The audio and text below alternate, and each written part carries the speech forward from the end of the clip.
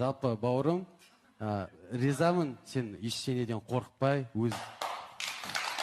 ешкімнен қорықпай келіп отырсың осы жерге, және де дәл қазір көптеген негатив алып жатсың.